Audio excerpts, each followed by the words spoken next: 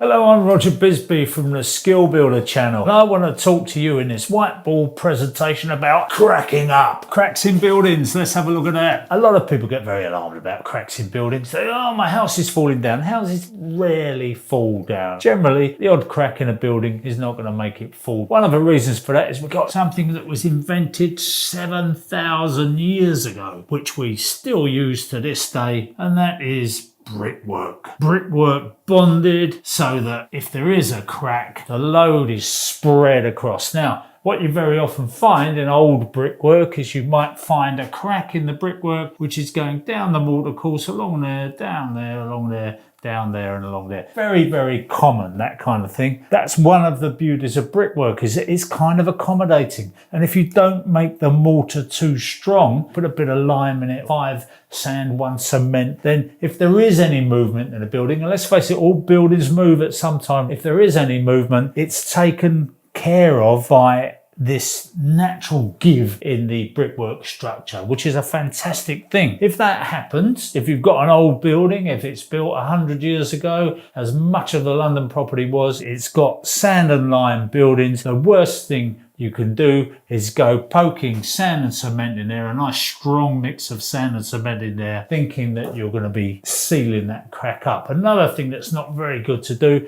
is put an epoxy resin in there so that you end up sealing that crack up. And there are lots of masonry repair kits around which use precisely that idea. They use this resin to try and tie the thing together. All well and good, I've used those myself. You need to know why that building's cracking up in the first place and whether it's actually a problem. Because if it's not a problem, there's no point really in putting a straitjacket on it. If you put a straitjacket on that, if you put a nice strong resin all the way down that crack, what you find very often is that the brickwork will just crack next to it.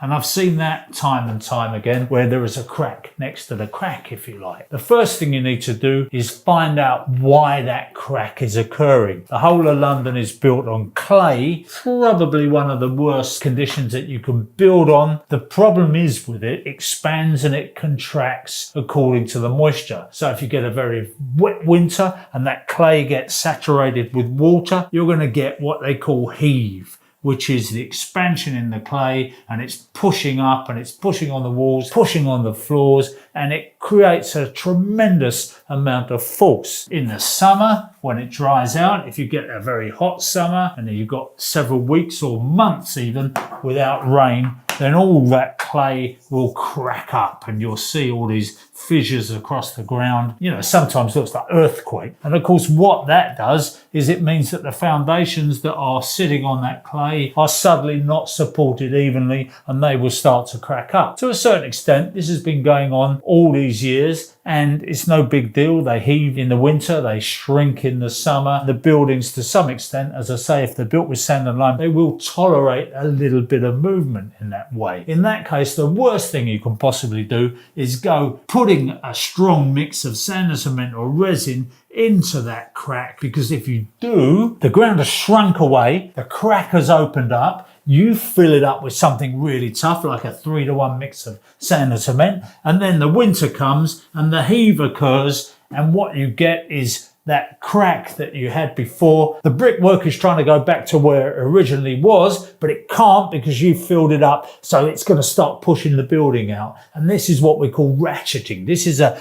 process by